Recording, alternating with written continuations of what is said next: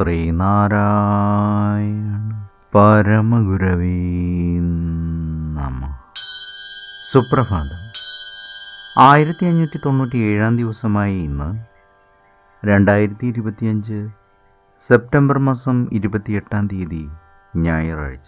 1201 ആണ്ട് കന്നിമാസം 12 ഗുരുവചനങ്ങളിലൂടെ വിദ്യാഭ്യാസത്തിന് പ്രാധാന്യം നൽകണം. നല്ലതുപോലെ പഠിക്കണം. പഠിച്ചാൽ ഭാവിയുണ്ടാകും. നമ്മുടെ കുട്ടികൾ വിദ്യാഭ്യാസമുള്ളവരാകണം. വിദ്യാഭ്യാസം തന്നെ ജ്ഞാനത്തിന് വികാസം നൽകും. ശ്രീനാരായണ ഗുരുദേവൻ. ശ്രീ നടരാജ ഗുരു എഴുതിയ ഗുരുവരുൾ എന്ന പുസ്തകത്തിൽ ഗുരുവും ശിഷ്യനും എന്ന് വിവരിക്കുന്നതിൻ്റെ 1-ാം ഭാഗമാണ് ഇന്ന് അവതരിപ്പിക്കുന്നത്. ഗുരുവിനെയും ശിഷ്യനെയും തമ്മിൽ ഇണക്കിക്കൊണ്ട് അവർക്കിടയിൽ മൗനമായി വർത്തിക്കുന്നത് ജ്ഞാനവചസ്സാണ്. ഒരു ഗുരുവിൻ്റെ സഹജമായ സ്ഥിതി മൗനമാണ്.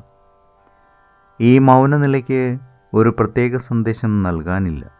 ഒരുപക്ഷെ മൗനനിലയായി മുഴങ്ങുന്ന മൊഴിയുടേതൊഴികെ അതിനൊരു സുവിശേഷവും പ്രചരിപ്പിക്കാനില്ല. സ്വന്തം നിലയിൽ ഒരു കർമ്മപദ്ധതി നിർദ്ദേശിക്കാനുമില്ല. കർത്തവ്യബോധങ്ങളിൽ നിന്നെല്ലാം മുക്തമാണത്.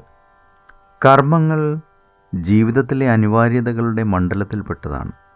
പ്രകൃതി നിയമങ്ങളും കാര്യകാരണ ബന്ധങ്ങളും കടപ്പാടുകളും ഒക്കെ അനുസരിച്ച് അതങ്ങ് നടന്നുകൊള്ളും. ഈ മനോഭാവത്തോടു കൂടിയ ഗുരു തൻ്റെ ഹൃദയഗുഹയിൽ തന്നെ തൻ്റെ മൗനമാകുന്ന പൂട്ടിട്ട് പൂട്ടി പ്രശാന്തമാനസനായി ഇരിപ്പുറപ്പിക്കും.